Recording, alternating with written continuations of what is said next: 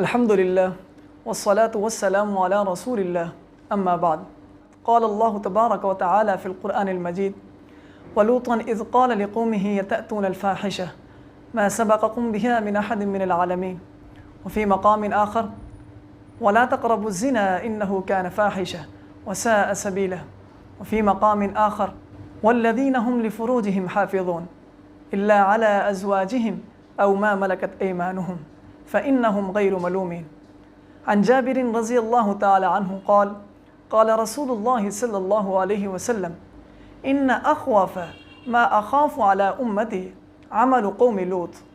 عن أبي هريرة رضي الله تعالى عنه قال: قال رسول الله صلى الله عليه وسلم: لا تقوم الساعة حتى يتسافد الناس في الطرق كما يتسافد الدباب يستغني الرجال بالرجال والنساء بالنساء او كما قال علیہ الصلاۃ والسلام. ٹرانسجنڈر ایکٹ 2018، اس بل کو پاکستان کی پارلیمنٹ اور سینٹ میں اس وقت منظور کیا گیا جب 2018 کے الیکشنوں کی تیاریاں چل رہی تھیں. سینٹ اور پارلیمنٹ کا آخری اجلاس تھا. اس وقت پاکستان کی 4 بڑی سیاسی پارٹیز، جن میں پاکستان تحریک انصاف، پاکستان مسلم لیگ نون، پاکستان مسلم لیگ کاف اور پاکستان پیپلز پارٹی شامل ہے. پاکستان پیپلز پارٹی نے اس بل کو پیش کیا اور باقی 3 بڑی پارٹیز نے اس بل کی حمایت کرتے ہوئے اس ٹرانسجنڈر بل کو پاس کیا.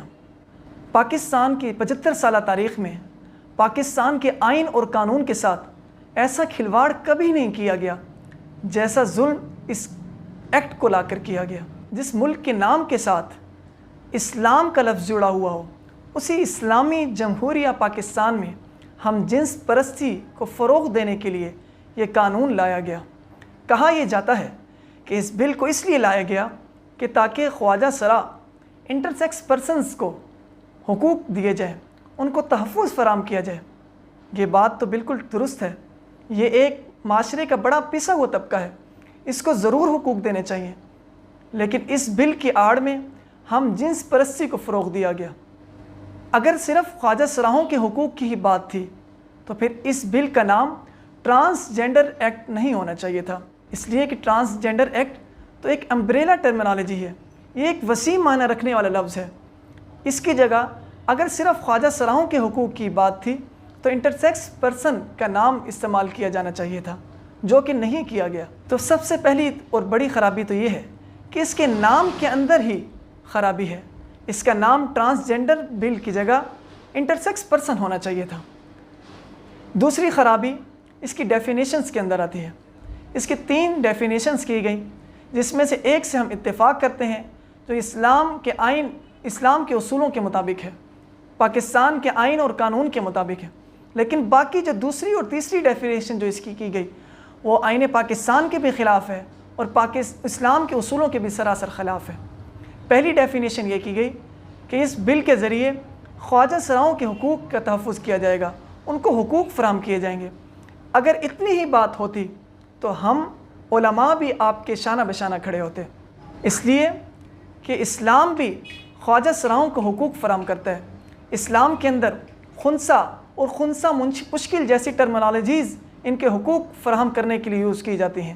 دوسری اس کی ڈیفینیشن یہ کی گئی کہ ایک ایسا شخص جس کا کسی روڈ ایکسیڈنٹ میں اس کی مردانہ صلاحیت اس ایکسیڈنٹ کی وجہ سے ختم ہو گئی ہو، یا کسی کیمیکل ری ایکشن کی وجہ سے اس کی مردانہ صلاحیت اس کی باڈی سے ختم ہو گئی ہو، تو وہ شخص اپنی جنس کو تبدیل کروا کر عورت بن سکتا ہے. انا للہ و انا الیہ راجعون. جس شخص کو اللہ نے یہ پسند کیا کہ اسے مرد بنایا جائے، وہ شخص اپنے بارے میں خود اب یہ فیصلہ کرنے جا رہا ہے کہ مجھے مرد نہیں عورت ہونا چاہیے. تیسری ڈیفینیشن اس کی یہ کی گئی کہ ایک ایسی بچی جس کی بچپن میں ہی عادات و اطوار بچوں والے، مردوں والے ہیں، یا ایک ایسا مرد جس کے بچپن سے ہی عادات و اطوار عورتوں والے ہیں، زنانہ ہیں، تو اس مرد و عورت دونوں کو یہ اختیار دیا گیا کہ وہ اپنی جنس تبدیل کروا کر مرد عورت بن سکتا ہے اور عورت مرد بن سکتی ہے. میرا یہ سوال ان چاروں پارٹیز سے ہے کہ اگر اس بل کے ذریعے آپ نے خواجہ صلاحوں یعنی انٹرسیکس پرسنس کو یہ حقوق فراہم کرنے تھے، تو کیا اس کی صرف پہلی تعریف کافی نہ تھی جس کے اندر خواجہ صلاحوں کے حقوق کے بارے میں بات کی گئی ہے؟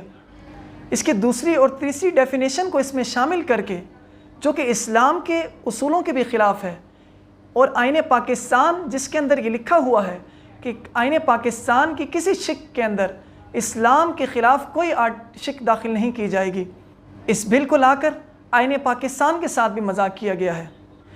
اور یہ بل ایک سوچی سمجھی سازش کے تحت LGBTQ کے نظریات کو پاکستان میں پروان چڑھانے کی ایک سوچی سمجھی سازش ہے۔ LGBTQ ایک ایسی تنظیم ہے جو پوری دنیا میں ہم جنس پرستی کے حوالے سے کام کرتی ہے۔ تیسری سب سے بڑی خرابی اس بل کے اندر یہ ہے کہ اس بل کے ذریعے اسلام کے وراثت کے قانون پر ضرب لگائی گئی ہے۔ اسلام کے اندر وراثت کا قانون یہ ہے کہ مرد کے لیے 2 حصے اور عورت کے لیے 1 حصہ وراثت ہے۔ اگر آج کوئی عورت سے مرد بننے کے لیے نادرہ کے پاس جا کر اپنی جنسی شناخت کو تبدیل کرواتی ہے تو نادرہ اس بات کے لیے پابند ہے کہ وہ اس کی بات مانے اور اس کی جنس کو عورت سے مرد کر دے۔ انا للہ و انا الیہ راجعون۔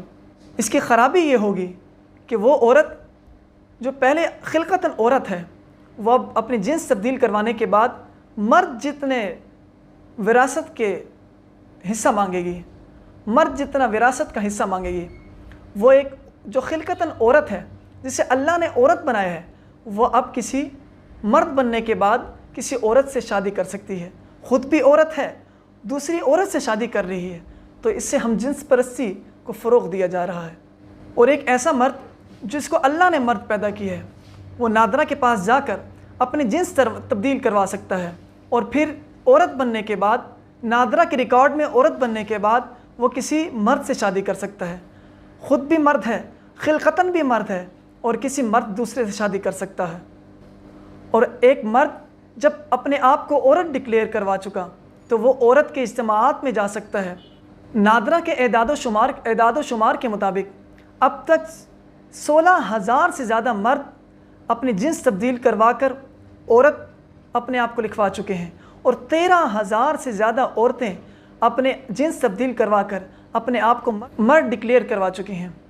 یہ اسلامی جمہوریہ پاکستان کی بات کر رہا ہوں۔ جب بھی علماء یا دیندار طبقہ اس بل کے خلاف آواز اٹھاتا ہے تو کہا یہ جاتا ہے کہ اس بل کو عالمی لیول پر بہت پذیرائی مل رہی ہے، ڈونلڈ ٹرمپ کے ٹویٹس ہمارے حق میں آ رہے ہیں، ویسٹرن کنٹریز ہمیں بہت شاباش دے رہے ہیں۔